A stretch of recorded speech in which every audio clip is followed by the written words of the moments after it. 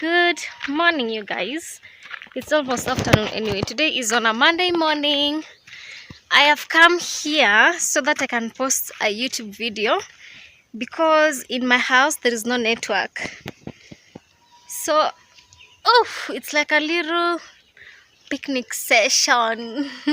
I love this place. It's usually very nature-ish, quiet, especially in the morning. So, I'm gonna post YouTube video, guys. I'll see you guys later. So I had gone to deliver njugu to a shop to ask them if they wanted, but I found the shop closed. So yeah, guys, do you hear the silence? All you can hear is birds, cows, goats. It's not windy, so we can't hear the leaves doing their thing, but yeah, creation is beautiful. I love coming here to post a YouTube video just in the midst of nature. It's so beautiful. And there is this one song that is actually in my spirit so much. What the enemy meant for evil, God has turned it around, turned it around. What the enemy meant for evil, God has turned it around for my good. Yes, that what? Turned it around for my good, period, guys. Guys, I can't believe this is me. Yani the woman God is bringing me up, or rather raising me up to be, because God is my father and he's my only parent, period. So I'm gonna go home. First of all, I'm gonna go back to the shop. It was that road right there, to see if it's if they're opened, and then yeah. Hey guys, I am at my friend's house and Sadia could design, guys. Hey, tunaenda grace to grace, level to level, please, period. Period. I'm so excited. Y'all better be ready to promote and patronize your girl, sawa? Period. Hey guys, it's 6:30 in the evening. I am coming from work. Of course, I've gone home early today. This how sunset is gone.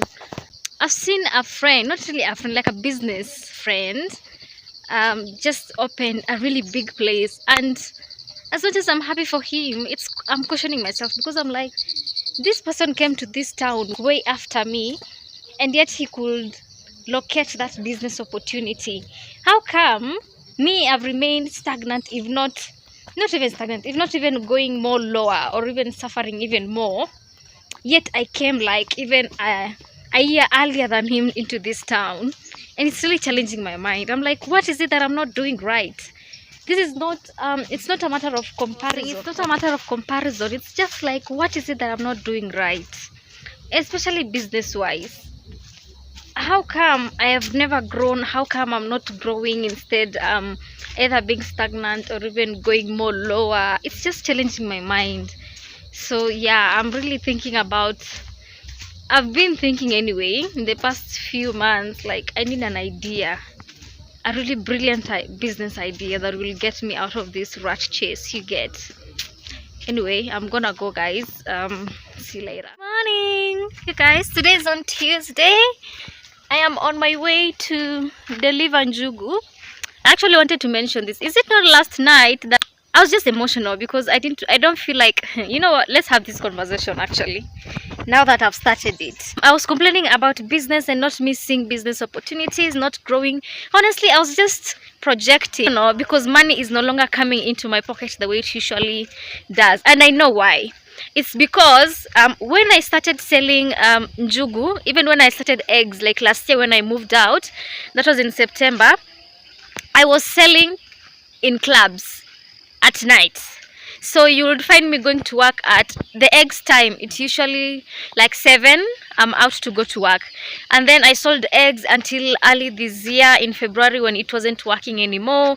But njugu I started in last year October. So I was selling 2 of them. Njugu kept working, okay? Njugu is groundnuts, guys.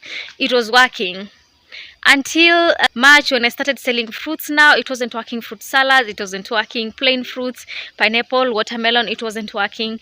April was tough. May was tough. I got the idea of kahawa and then coffee to sell it with njugu. Now that njugu has maintained its sales, I feel like it's very, groundnut business is very, what is that word I've learned? Lucrative.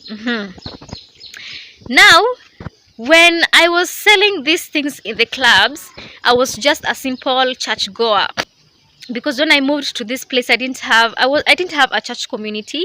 I didn't have a community, so I was just selling in the clubs. It wasn't bad. But when I turned 26 in March, I was getting convicted to join community, because I'm just a community person. I thrive in community. So I joined community, going to fellowships, going to the wedding services, all of that. Because I was now more free, because all these other businesses were not working, okay? So now the problem comes in is when you have to quit the places you used to work to that are not glorifying God, when you're getting closer to God. And these things you get convicted with time. So I became, shame was the word. I became ashamed of saying I work, I go to clubs to sell eggs. I became ashamed of even going and then assuming a sister saw you. It was just, shame was the word. Shame is a negative emotion, guys. So I quit for some time. And then the finances were very low. Now, I went back to the clubs and I was like, why should I care what people say? I mean, this is just business. It's not forever. It's just a season. But now I had gotten addicted to making money in the clubs, because clubs have money, guys. And I've gone through a lot in these clubs, guys. People being rude, insulting, assaulting you. There is one time I was almost beaten in a pub, guys. That is a story for another day.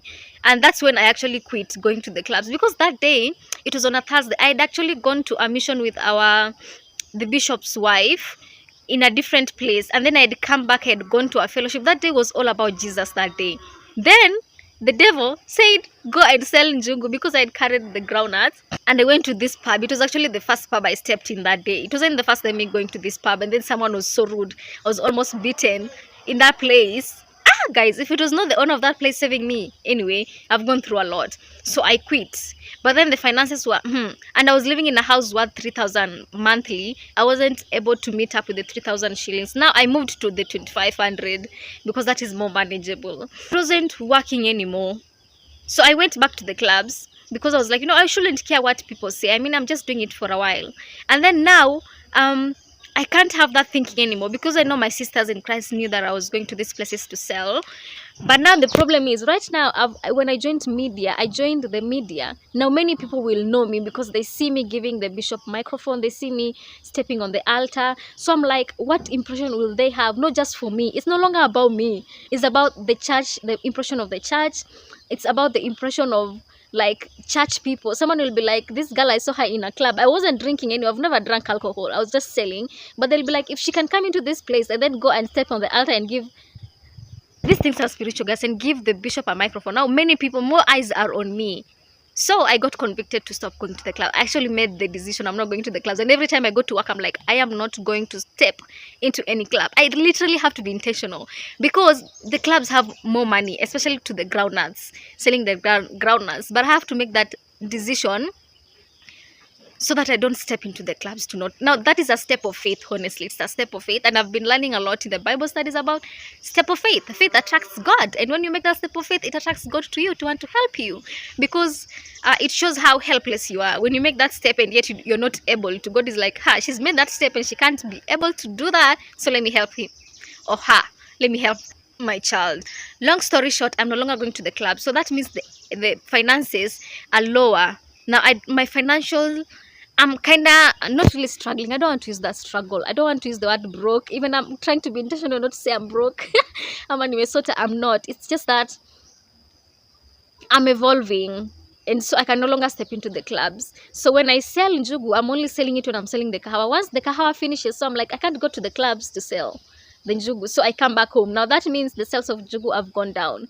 So that's why I was sad yesterday. All this talking was all about explaining why I was sad yesterday and emotional, because I'm like, now I'm constantly asking God, where do I sell them? Where do I sell the njugu? Selling in the shops and working in the shops wasn't even working anymore. Although I have like probably 4 shops that I consistently give njugu, like I am their supplier, and that is what I'm going to order today because someone has ordered njugu worth 500 shillings.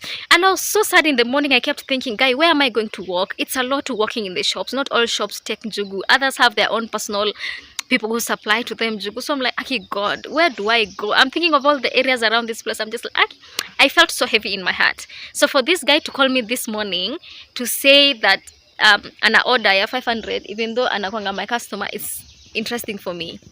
I'm happy.